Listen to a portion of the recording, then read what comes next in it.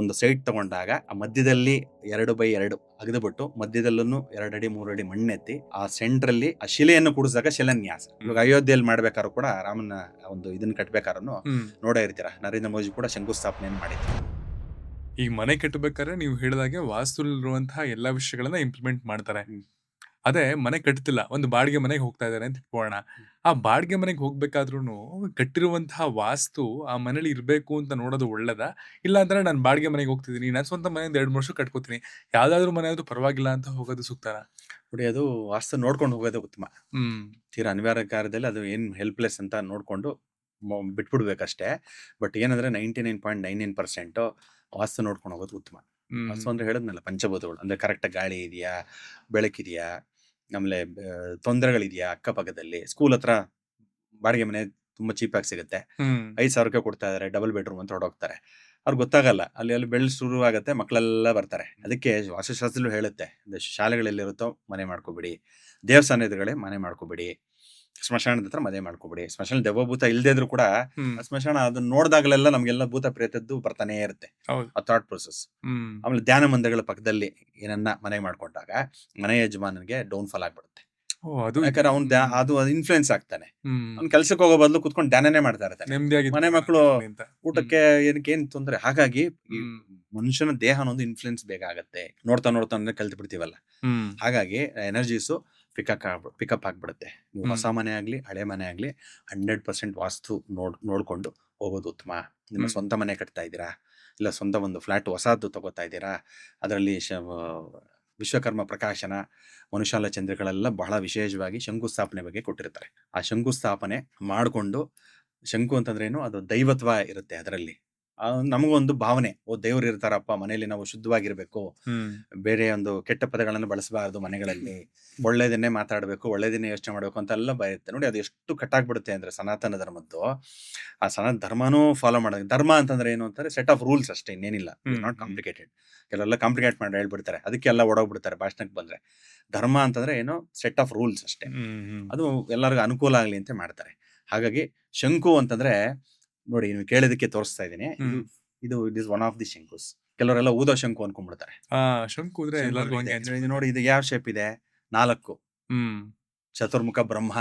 ಇದು ನೋಡಿ, ಇಲ್ಲಿ ಎರಡನೇದೇನಿದು ಆಕ್ಟಗನ್, 8 ಇದೆ.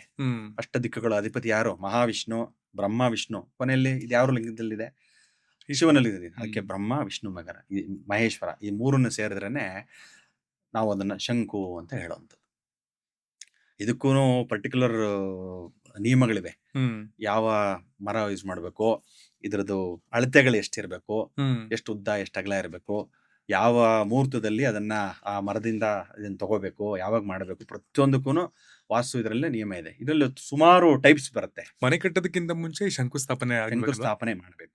ಅಂದ್ರೆ ಇದು ದೈವತ್ವ. ನೋಡಿ, ಬ್ರಹ್ಮ ವಿಷ್ಣು ಮಹೇಶ್ವರ ಅಂದಾಗಲೇ ನಮ್ಗೊಂದು ಎನರ್ಜೀಸ್ ಹಿಂದೂಗಳಿಗೆ. ಇದು ಬೇರೆ ತರದ್ದು, ಇದು ಅದೇ ತರನೇ, ಇದು ಶಂಕುನೆ, ಅದು ಬೇರೆ ತರದ್ದು. ನೋಡಿ, ಇದು ಅಷ್ಟೇ, ಅಷ್ಟ ದಿಕ್ಪಾಲಕರು. ಅಂದ್ರೆ ಇದು ವಿಷ್ಣು, ಇಲ್ಲಿ ಮಧ್ಯದಲ್ಲಿ ಬ್ರಹ್ಮ ಕೊಟ್ಟಿರ್ತಾನೆ, ಇದರಲ್ಲಿ ಲಾಸ್ಟ್ ಅಲ್ಲಿ ಇದು ಶಿವನ ರೂಪ, ಲಿಂಗ. ಸೊ ಹಾಗಾಗಿ ಒಂದೊಂದು ಶಾಸ್ತ್ರಗಳಲ್ಲಿ, ಒಂದೊಂದು ಕ್ಲಾಸಿಕ್ ಟೆಕ್ಸ್ಟ್ ಬುಕ್ ಅಲ್ಲಿ ಒಂದೊಂದು ರೀತಿ ಕೊಟ್ಟಿರ್ತಾನೆ. ಬಟ್ ಮೇನ್ ಕಾನ್ಸೆಪ್ಟ್ ಏನು, ಆ ಮನೆ ಯಜಮಾನ ಅಥವಾ ಯಜಮಾನಿಗೆ ಆ ಒಂದು ದೈವತ್ವ ಬರಬೇಕು ಅಂತ. ಇದನ್ನ ಎಲ್ಲಿ ಮಾಡಬೇಕು ಅಂತಂದ್ರೆ ನಾಭಿಸ್ಥಾನದಲ್ಲಿ ಮಾಡಬೇಕು. ಒಂದು ಸೈಟ್ ತಗೊಂಡಾಗ ಆ ಮಧ್ಯಭಾಗದಲ್ಲಿ ಆ ಒಂದು ಅಗದಿ, ಅದರ ಮುಂಚೆ ಶಿಲಾನ್ಯಾಸ ಮಾಡಬೇಕು. ಶಿಲೆ ಅಂತಂದ್ರೆ ಒಂದು 2 ಅಡಿ ಬೈ 2 ಅಡಿ ಅನ್ಕೊಳ್ಳಿ ಫಾರ್ ಎಕ್ಸಾಂಪಲ್. ಅದಕ್ಕೆ ನಿಂತ ಇಷ್ಟೇ ಮಾಡಬೇಕು ಅಂತೇನಿಲ್ಲ. 2 ಅಡಿ ಬೈ 2 ಅಡಿ ತಗೊಂಡು ಅದ್ರ ಥಿಕ್ನೆಸ್ ಎಷ್ಟಿರ್ಬೇಕು ಅಂತಂದ್ರೆ 1/3, ಒಂದೇ 3ನೇ ಭಾಗ ಇರ್ಬೇಕು. ಅಂದ್ರೆ ಇವಾಗ 2 ಅಂದ್ರೆ 24 ಇಂಚ್ ಆಯ್ತು. 24 ಇಂಚು 3ನೇ ಭಾಗ ಅಂತಂದ್ರೆ 8 ಇಂಚ್ ಥಿಕ್ನೆಸ್ ಇರ್ಬೇಕು. ಸೊ ಸ್ಕ್ವಯರ್ ಮಾಡ್ಕೊಂಡು ಅದಕ್ಕೆ 8 ಇಂಚ್ ಥಿಕ್ನೆಸ್ ತಗೊಂಡಾಗ ಅದನ್ನ 9 ಭಾಗ ತರ ನೆನ್ಸ್ಕೋಬೇಕು ನಾವು ತಲೆಯಲ್ಲಿ. ಆಮೇಲೆ ಅದ್ರ ಮೇಲ್ಗಡೆ ವಾಸ್ತುಪುರುಷ ಮಲಗಿದ್ದಾನೆ ಅಂತ. ಮಲಗಿದಾಗ ತಲೆಯಲ್ಲಿ ಇರಬೇಕು, ದೇವಮೂಲೆಯಲ್ಲಿ ಇರಬೇಕು. ಹಾಗಾಗಿ ಆ ಸೈಟಿನ ಒಂದು ಸೆಂಟ್ರಲ್ ಏನ್ ನಾವು ಅಗದಿರ್ತೀವಿ ಅದರಲ್ಲಿ ಶಿಲೆಯನ್ನ ಇಡಬೇಕು.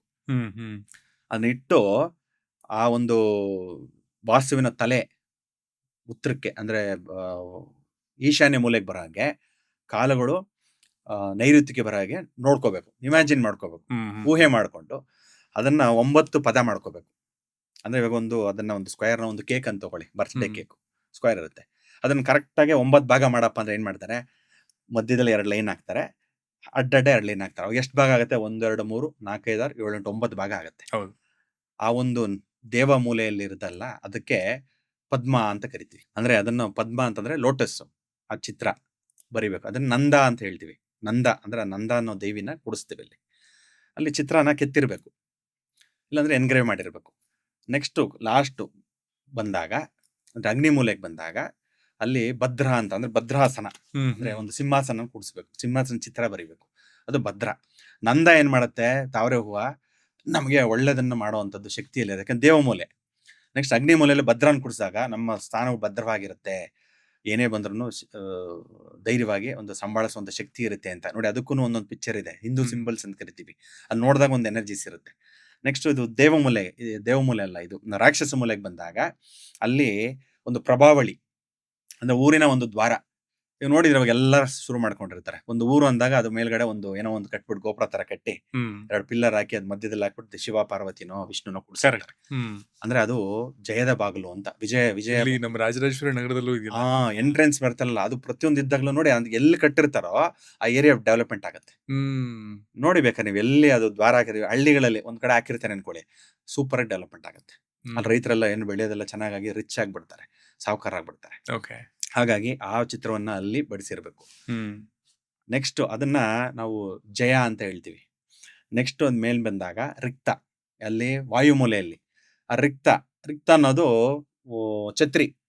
ಇವಾಗ ದೇವರುಗಳನ್ನೆಲ್ಲ ನಾವು ಮೆರವಣಿಗೆ ತಗೊಳ್ಬೇಕಾದ್ರೆ ದೇವರಿಗೆ ಅದು ವಿಗ್ರಹ ಆಗಿದ್ರು ಕೂಡ ಅದಕ್ಕೆ ಬಿಸಿಲು ಬೀಳೋದಂತ ಒಂದು ಛತ್ರಿ ಇಟ್ಕೊಂಡು, ದೊಡ್ಡ ಛತ್ರಿ, ಅದನ್ನ ಛತ್ರಿ ಅಲ್ಲಿ ಬರುತ್ತೆ. ಛತ್ರಿ ಅಂದ್ರೆ ರಿಕ್ತ ಅಂದ್ರೆ ನಮ್ಗೆ ಏನೇ ತೊಂದರೆಗಳು ಬಂದ್ರು ಆ ಮನೆಯಲ್ಲಿ ತೊಂದರೆ ಆಗಿರೋದ್ರಿಂದ ಅದನ್ನೆಲ್ಲ ನಾಶ ಮಾಡುವಂತ ಶಕ್ತಿ ಆ ದೇವಿಗೆ ಇರುತ್ತೆ, ರಿಕ್ತಾ ದೇವಿಗೆ. ಸೆಂಟ್ರಲ್ ಒಂದು ಬ್ರಹ್ಮಸ್ಥಾನ ಬಂತು ಅಂದ್ರೆ ವಿಷ್ಣುವಿನ ಒಂದು ಚಿತ್ರವನ್ನು ಕೆತ್ತಿರ್ತೀವಿ, ಎನ್ಗ್ರೇವ್ ಮಾಡಿಸಿರ್ತೀವಿ ಆ ಕಲ್ಲಲ್ಲಿ, ಅದನ್ನೇ ಶಿಲಾನ್ಯಾಸ. ಆ ಮಧ್ಯದಲ್ಲಿ ಏನಂದ್ರೆ ಅದು ಪೂರ್ಣ ಅಂತ ಹೇಳ್ತೀವಿ. ಪೂರ್ಣ ಎಲ್ಲದನ್ನು ಪೂರ್ಣ ಆಗ್ಬೇಕಲ್ಲ ನಾವು ಮಾಡುವಂಥದ್ದು ಶಕ್ತಿ ಎಲ್ಲ, ಅದನ್ನೇ ಪೂರ್ಣ. ಹಾಗಾಗಿ ಅಲ್ಲಿ ಒಂದು ಕಳಶವನ್ನು ಸ್ಥಾಪನೆ ಮಾಡಬೇಕು, ಅದನ್ನೇ ಗರ್ಭ ಸಂಸ್ಕಾರ ಅಂತ ಕರಿತೀವಿ. ಶಿಲಾನ್ಯಾಸ ಮಾಡ್ಬೇಕು ಅಂದ್ರೆ ಒಂದು ಸೈಟ್ ತಗೊಂಡಾಗ ಆ ಮಧ್ಯದಲ್ಲಿ 2x2 ಅಗದ್ಬಿಟ್ಟು ಮಧ್ಯದಲ್ಲೂ 2 ಅಡಿ 3 ಅಡಿ ಮಣ್ಣೆತ್ತಿ ಆ ಸೆಂಟ್ರಲ್ಲಿ ಆ ಒಳಗಡೆ ಹಳ್ಳ ಇರುತ್ತಲ್ಲ ಅದನ್ನು ಸಮ ಮಾಡಿ ಆ ಶಿಲೆಯನ್ನು ಕೂಡಿಸಿದಾಗ ಶಿಲಾನ್ಯಾಸ. ಆ ಮಧ್ಯದಲ್ಲಿ ಈ ಒಂದು ಇದು ತಾಮ್ರದ ಒಂದು ಕಳಶವನ್ನು ತಗೋಬೇಕು. ಇಲ್ಲಿ ಕಂಠ ಬಂದ್ಬಿಟ್ಟು, ಈ ಕಂಠ ಇದೆಯಲ್ಲ ಇದನ್ನ ಕಂಠ ಅಂತ ಕರಿತೀವಿ. ಈ ಕಂಠ 6 ಇಂಚ್ ಇರಬೇಕು. 6 ಇಂಚ್ ಇದ್ದಾಗ ನೋಡಿ ಇಷ್ಟು ಬರುತ್ತೆ, ದೊಡ್ಡ ಕಳಶ ಆಗತ್ತೆ. ಅದರಲ್ಲಿ ಸುಮಾರು 40 ಇಂದ 45 ಐಟಮ್ಸ್ ಹಾಕ್ಬೇಕು, ಅದಕ್ಕೆ ಪದಾರ್ಥಗಳು, ನವಧಾನ್ಯಗಳು ಸೇರಿ. ಅದ್ರಲ್ಲಿ 7 ಧಾನ್ಯ ಹಾಕ್ತಿವಿ, 2 ಧಾನ್ಯ ಹಾಕಲ್ಲ, 7 ಧಾನ್ಯ ಹಾಕ್ತಿವಿ.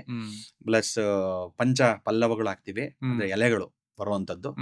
ಆಮೇಲೆ ಪಂಚಗವ್ಯ, ಮತ್ತೆ ಪಂಚಾಮೃತ, ಮತ್ತೆ ದೇವದಾರು ಮರದ್ದು ಬರುತ್ತಲ್ಲ ಪೀಸು, ಶ್ರೀಗಂಧದ ಒಂದು ತುಂಡು, ಹಾಗೆ ಎಷ್ಟೋ ಪದಾರ್ಥಗಳು ಬರುತ್ತೆ. ಬರೆದಾಗ ಆಮೇಲೆ ಇದು ಪಂಚರತ್ನಗಳು, ನವರತ್ನಗಳಲ್ಲಿ ಪಂಚರತ್ನಗಳು ಮಾತ್ರ ಉಪಯೋಗಿಸ್ತೀವಿ, ನವರತ್ನ ಉಪಯೋಗಿಸಲ್ಲ. ಪಂಚರತ್ನಗಳು ತುಂಬಾ ಪವರ್ಫುಲ್, ಅದನ್ನು ಅಷ್ಟೇ ಎಲ್ಲ ಒಳ್ಳೆ ಕ್ವಾಲಿಟಿದು ಹಾಕ್ಬೇಕು. ಹಾಕ್ಬಿಟ್ಟು ಇದೆಲ್ಲ ಏನ್ ಮಾಡ್ತೀವಿ, ಇದನ್ನೆಲ್ಲ ಹಾಕ್ಬಿಟ್ಟು ಹೇಳಿದ್ನಲ್ಲ ಆ ಒಂದು ಶಿಲೆಯ ಮಧ್ಯದಲ್ಲಿ ಇಡಬೇಕಾಗತ್ತೆ. ಅದೇ ಕಳಶನ್ನ ಕೂಡ್ಸ್ಕೊಳ್ಳೋದು, ಅದೇ ಗರ್ಭವನ್ನು ಕೂಡ್ಸೋದು, ಆ ಮನೆಗೆ ಗರ್ಭ. ಅದ್ರ ಜೊತೆಗೇನೆ ನಾನು ಶಂಕು ಅಂತ ತೋರಿಸಿದ್ನಲ್ಲ, ಅದು ಕೂಡ ಕೆಲವರು ಪದ್ಧತಿಯಲ್ಲಿ ಶಂಕು ಆಡ್ತಾರೆ, ಕೆಲವರು ಶಂಕು ಉಪಯೋಗಿಸಲ್ಲ, ಬರೀ ಗರ್ಭನ ಕುಡಿಸ್ತಾರೆ, ಆ ಒಂದು ಕಳಶವನ್ನ ಕುಡಿಸ್ಕೋತಾರೆ. ಕೆಲವರು ಪದ್ಧತಿಯಲ್ಲಿ ಈ ಶಂಕುನೇ ಸ್ಥಾಪನೆ ಮಾಡ್ತಾರೆ. ಇವಾಗ ಅಯೋಧ್ಯೆಯಲ್ಲಿ ಮಾಡ್ಬೇಕಾದ್ರು ಕೂಡ ರಾಮನ ಒಂದು ಇದನ್ನ ಕಟ್ಬೇಕಾದ್ರೂ ನೋಡೇ ಇರ್ತೀರಾ, ನರೇಂದ್ರ ಮೋದಿ ಕೂಡ ಶಂಕು ಸ್ಥಾಪನೆ ಮಾಡಿದ್ದು, ಬಹಳ ವಿಶೇಷ. ಅದು ಗೂಗಲ್ ಹುಡ್ಕೋದು ಸಿಗುತ್ತೆ ನಿಮ್ಗೆ ಆ ಪಿಕ್ಚರ್ಸ್. ಆ ಶಂಕುನ ಸ್ಥಾಪನೆ ಮಾಡ್ತಾ ಇರೋಂಥದ್ದು, ಕಳಶ ಸ್ಥಾಪನೆ ಪ್ಲಸ್ ಶಂಕು ಸ್ಥಾಪನೆ ಎರಡನ್ನೂ ಮಾಡಿದ್ರು. ಹಾಗೆ ಮಾಡ್ಕೊಂಡು ಆಮೇಲೆ ಇನ್ನು ಮಿಕ್ಕಿದ್ದು ಎಷ್ಟು ಉಳ್ಕೊಳ್ಳುತ್ತೆ, 8 ಉಳ್ಕೊಳ್ಳುತ್ತೆ, ಅದೇ ಅಷ್ಟದಿಕ್ಪಾಲಕರು. ಅದಕ್ಕೂ ಕೂಡ ಒಂದೊಂದು ಕಳಶ ಇಡಬೇಕು, ಒಂದೊಂದು ದೇವಿಗೂ ಕೂಡ. ಇವಾಗ ನೀವು ಬಂದಾಗ ನಿಮ್ಗೆ ಒಂದು ತಟ್ಟೆ ಇಟ್ಬಿಟ್ಟು ಊಟ ಹಾಕ್ಬೇಕು, ಒಂದೇ ತಟ್ಟೆ ಇಟ್ಬಿಟ್ಟು 8 ಜನ ತಿಂತೀರಾ? ಹಾಗಲ್ಲ. ಹಾಗಾಗಿ ಒಂದೊಂದಕ್ಕೂ ಒಂದೊಂದು ಅಷ್ಟದಿಕ್ಪಾಲಕರು ಒಂದೊಂದು ಕಳಶಗಳನ್ನ ಕೂಡಿಸಿ, ತದನಂತರ ಏನ್ ಮಾಡಬೇಕು, ಅದಕ್ಕೆ ಯಾರು ಮಂತ್ರ ವೇದಘೋಷ ಚೆನ್ನಾಗಿ ಬರುತ್ತೆ, ಯಾರು ವೇದಪಟ್ಟ ನಿಯಮ ನಿಷ್ಠೆಯಿಂದ ಕಲ್ತಿರ್ತಾರೆ, ಇವಾಗ ಶೃಂಗೇರಿಯಲ್ಲೂ ಕಲ್ತಿರ್ತಾರೆ, ಇವಾಗ ನಮ್ಮ ವಿದ್ಯಾಪೀಠದಲ್ಲಿ ಕಲ್ತಿರ್ತಾರೆ. ಹಾಗೆ ಎಷ್ಟೋ ಗುರುಕುಲಗಳಿರುತ್ತವೆ ಸುಮಾರು. ಅಂತ ಗುರುಕುಲಗಳಲ್ಲಿ ನಿಯಮಾನುಸಾರ ಯಾರು ವೇದ ಪಾಠಗಳನ್ನ ಕಲ್ತಿರ್ತಾರೋ, ಯಾರ ಆ ಒಂದು ಸ್ಟೇಜಿಗೆ ಬಂದಿರ್ತಾರೋ ಅಂತ ಗುರುಗಳನ್ನ ಕರೆಸಿ, ಅಂತ ಪಂಡಿತರನ್ನ, ಅಂತ ವೈದಿಕರನ್ನ ಕರೆಸಿ ಆ ವೇದ ಮಂತ್ರಗಳನ್ನ ಆ ವಿಶ್ವಕರ್ಮ ಪ್ರಕಾಶನದಲ್ಲಿ ಕೊಟ್ಟಿರ್ತಾರೆ, ಯಾವ ಮಂತ್ರಗಳು ಹೇಳಬೇಕು ಏನು ಅಂತ, ವೈದಿಕ ಮಂತ್ರಗಳು. ಅದನ್ನ ಕರೆಕ್ಟ್ ನಿಯಮಾನುಸಾರ ಹೇಳಬೇಕು. ನೀವು ಸುಮ್ಮನೆ ಬುಕ್ ನೋಡ್ಕೊಂಡು ಓಂ ಭದ್ರಂ ಕರ್ಣೇಮಿ ಶೃಣುಯಾಮಿ ದೇವ ಅಂದ್ರೆ ಆಗಲ್ಲ ಗಣಪತಿ. ಹ್ಮ್ ಹ್ಮ್ ಓಂ ಭದ್ರಂ ಶೃಣೇಮಿ ಅದು ನೋಡಿ, ಅದು ವೇರಿಯೇಷನ್ಸ್ ಬರುತ್ತೆ. ಅಲ್ಪ ಹ್ಮ್ ಪ್ರಾಣ ಮಹಾಪ್ರಾಣ ಹೇಗೆ ಹೇಳ್ಬೇಕು, ಎಲ್ಲಿ ಎತ್ತರಿಸ್ಬೇಕು, ಎಲ್ಲಿ ನೀಚ ಮಾಡಬೇಕು ಅನ್ನೋದು ಆಮೇಲೆ ನಿಯಮ ಆ ಇರುತ್ತೆ. ಥರದಲ್ಲಿ ಕೇಳಿದಾಗ ಅದ್ರ ವೈಬ್ರೇಷನ್ಸ್ ಬೇರೆ ತರ ಫೀಲ್ ಆಗುತ್ತೆ. ಗೊತ್ತಾಗ್ಬಿಡೋದು, ಅದು ತುಂಬಾನೇ ಒಂದು ಶಕ್ತಿ. ಅಂದ್ರೆ ಹೇಳಿದ್ನಲ್ಲ ಸೌಂಡ್, ಅಂದ್ರೆ ಆ ಒಂದು ಕಳಶಕ್ಕೆ ಶಕ್ತಿ ತುಂಬೋದೇ ಹಾಗೆ. ಮತ್ತೆ ಪಂಚ ನದಿಗಳ ನೀರನ್ನ ಹಾಕಿರ್ತೀವಿ ಓಕೆ. ಕಳಶದಲ್ಲಿ. ಅವಾಗೆಲ್ಲ ಏನಾಗುತ್ತೆ, ಅದಂತ ಯಾರು ಯಜಮಾನ ಮಾಡ್ತಾ ಇರ್ತಾರಲ್ಲ ಅವ್ರಿಗೆ ಒಂದು ಫೀಲಿಂಗ್ ತುಂಬಾನೇ ಒಂಥರ ಖುಷಿ ಅನ್ಸುತ್ತೆ. ಅವ್ ದೇವರೇ ಬಂದು ನಮ್ಗೆ ವಾಸ ಮಾಡ್ತಾ ಇದಾರೆ ಅಂತ ಅವ್ನೋಡ ಫೀಲಿಂಗೇ ಬೇರೆ ಇರುತ್ತೆ. ಹಾಗೆ ಅದೇ ಸನಾತನ ಧರ್ಮದ ಮಹತ್ವ. ಹೀಗೆಲ್ಲ ಮಾಡಿ ತದನಂತರ ಏನ್ ಮಾಡ್ತಾರೆ, ಎಲ್ಲ ಅದನ್ನ ಹಾಗೆ ಬೇರೆ ಕಳಶಗಳೆಲ್ಲ ಎತ್ತಿ ಬರೀ ಒಂದು ಮೇನ್ ಕಳಶ ಮಾತ್ರ ಕೂಡಿಸಿ ಅದನ್ನ ಗರ್ಭ ಅಂತ ಹೇಳುವಂಥದ್ದು. ತದನಂತರ ಅದನ್ನೆಲ್ಲ ಮಣ್ಣು ಮುಚ್ಕೊಂತ ಬರ್ತಾರೆ. ಓಕೆ. ಆಗಿನ ಕಾಲದಲ್ಲಿ ಸಿಮೆಂಟ್ ತರ ಏನೋ ಸಿಗೋದು, ಅದನ್ನೆಲ್ಲ ಹಾಕ್ಬಿಟ್ಟು ಗಟ್ಟಿಗೆ ಕೂಡಿಸ್ಬಿಡೋರು. ಹ್ಮ್ ಹಾಗೆ ಆ ಒಂದು ಗ್ರೌಂಡ್ ಲೆವೆಲ್ಗೆ ಮಾಡ್ಬಿಡೋರು ಸೆಂಟ್ರಲ್ಲಿ. ಅದನ್ನೇ ನಾವೇನ್ ಹೇಳ್ತೀವಿ ಶಿಲಾನ್ಯಾಸ ಅಂತೀವಿ, ಆಮೇಲೆ ಶೈಲೋದ್ಧಾರ ಅಂತೀವಿ. ಇದನ್ನ ಮಾಡಿದಾಗ ಏನ್ ಬೆನಿಫಿಟ್, ನೀವು ಹೋದಾಗ ಒಂದು ಭೂಮಿಯಲ್ಲಿ ಒಳಗಡೆ ಅಸ್ಥಿ ಪಂಜರ ಇದೆ ಗೊತ್ತಿಲ್ಲ ನಿಮ್ಗೆ, ಆರಾಮ್ ಖುಷಿಯಾಗಿ ಕಟ್ಕೊಂಡು ಆರಾಮಾಗಿರ್ತೀರಾ, ಏನೇನ್ ಇರ್ತೀಯೋ ಗೊತ್ತಿಲ್ಲ ಒಳಗಡೆ. ಹಾಗಾಗಿ ಏನ್ ಮಾಡೋದು, ಅದನ್ನ ಅಗ್ಯಕ್ಕೆ ಅವಕಾಶನೂ ಇರಲ್ಲ. ಆವಾಗ ಈ ಶಲ್ಯೋದ್ಧಾರ ಮಾಡಿದಾಗ, ಶಲ್ಯ ಅಂದ್ರೆ ಉದ್ಧಾರ ಮಾಡುವಂಥದ್ದು, ಶಲ್ಯಗಳ ಇದ್ದಾಗ್ಲೂ ಕೂಡ ಉದ್ಧಾರ ಮಾಡುವಂಥದ್ದು ಯಾವುದು, ಈ ಶಂಕುಸ್ಥಾಪನೆ, ಶಿಲಾನ್ಯಾಸ, ಇವೆಲ್ಲ ಉದ್ಧಾರ ಮಾಡುವಂಥದ್ದು.